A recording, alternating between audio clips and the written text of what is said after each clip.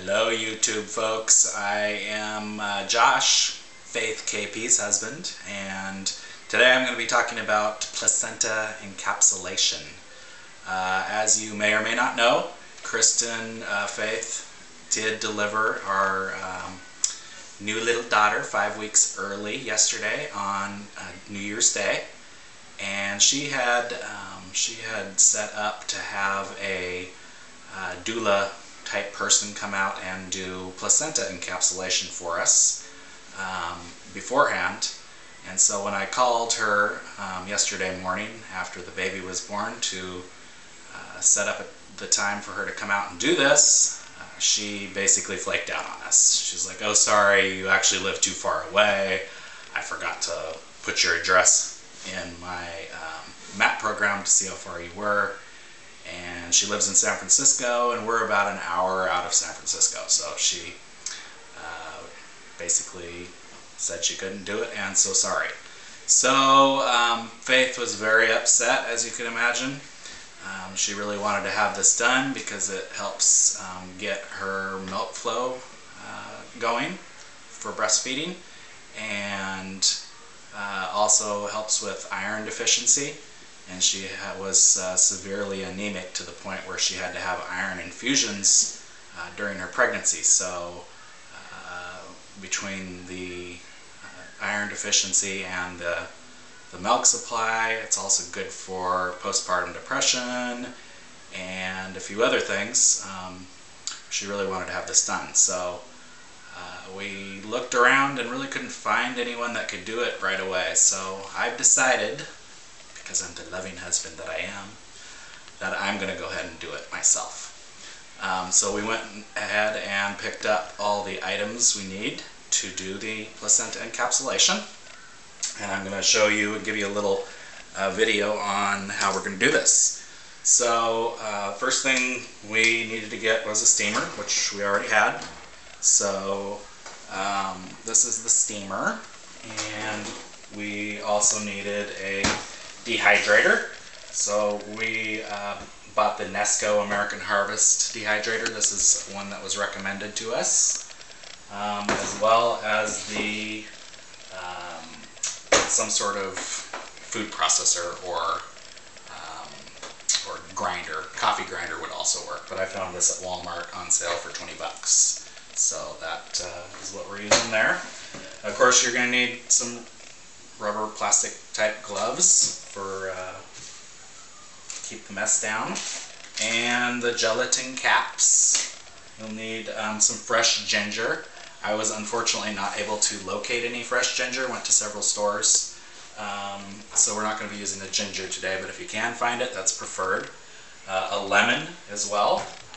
Of course, you're going to need a nice sharp knife and a good meat cut, what do they call this thing? One of those things. Cutting board, yeah. And of course you'll need your placenta. This placenta you should have refrigerated within 4 hours of birth, which we did. I got it home right away and put it in the refrigerator.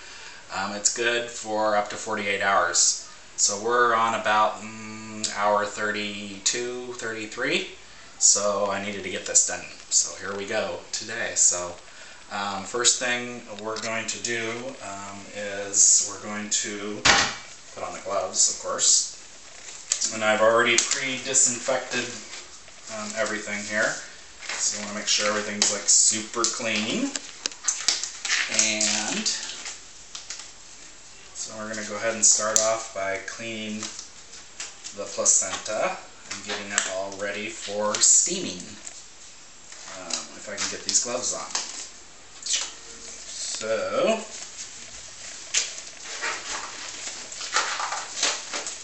again, you want to have a nice clean sink that you'll be working in. I'm going to actually wipe this down again just for double cleanliness sake, and with some Lysol type cleaner, and just make sure that's nice and clean and disinfected for the whole process. So that is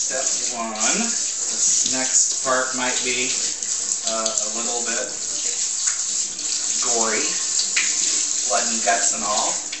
So you may or may not like the next part.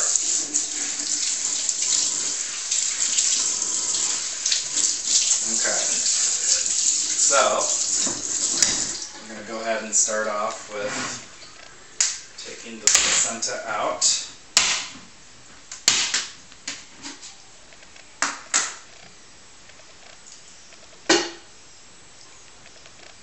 Okay, so this is the placenta, and you want to go ahead and cut off the cord and remove any extra blood clots, like these little lovelies,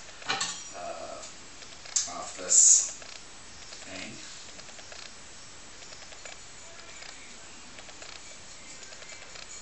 That's the cord.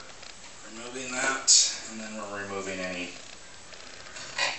extra blood clots.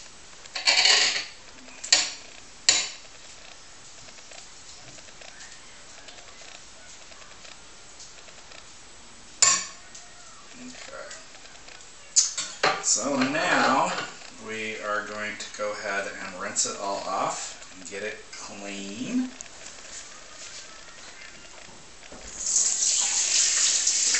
Preparing to be steamed. What you want to do here is, again, getting it all cleaned off.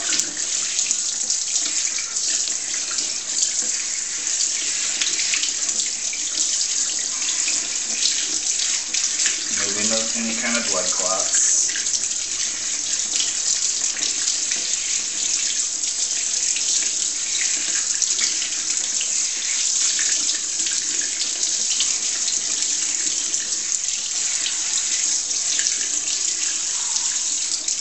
Okay. Oh, there's some more clots.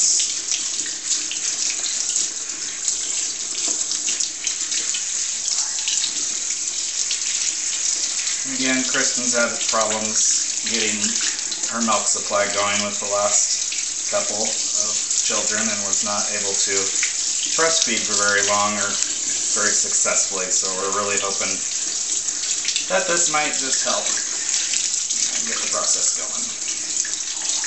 So after you get it all cleaned up, remove all those blood clots. Then you want to wrap it in its little case here. Wrap it back up. And now it'll be ready to go in the steamer. So with that, I'm going to bring it over here, put her in the steamer.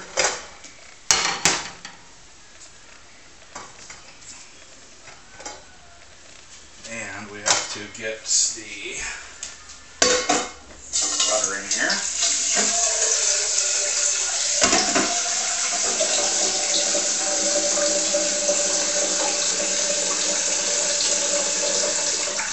And also, you want to slice a lemon. And again, if you have the fresh ginger, this is the time where you'd want to use about a slice of ginger.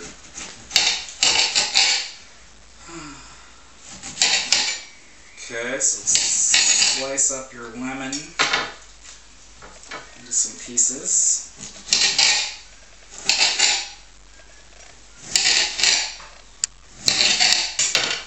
Drop them in the water with your ginger if you have it. And I'm not sure if there's enough water in here or not.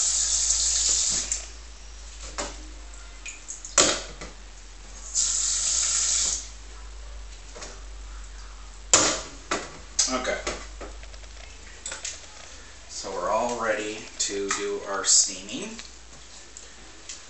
And it's going to be about 15 minutes on low heat for each side. So we're going to go ahead and get that started now. this to our lowest setting, put your top on, and we're going to start doing the steaming, and I'll be back shortly after that's done.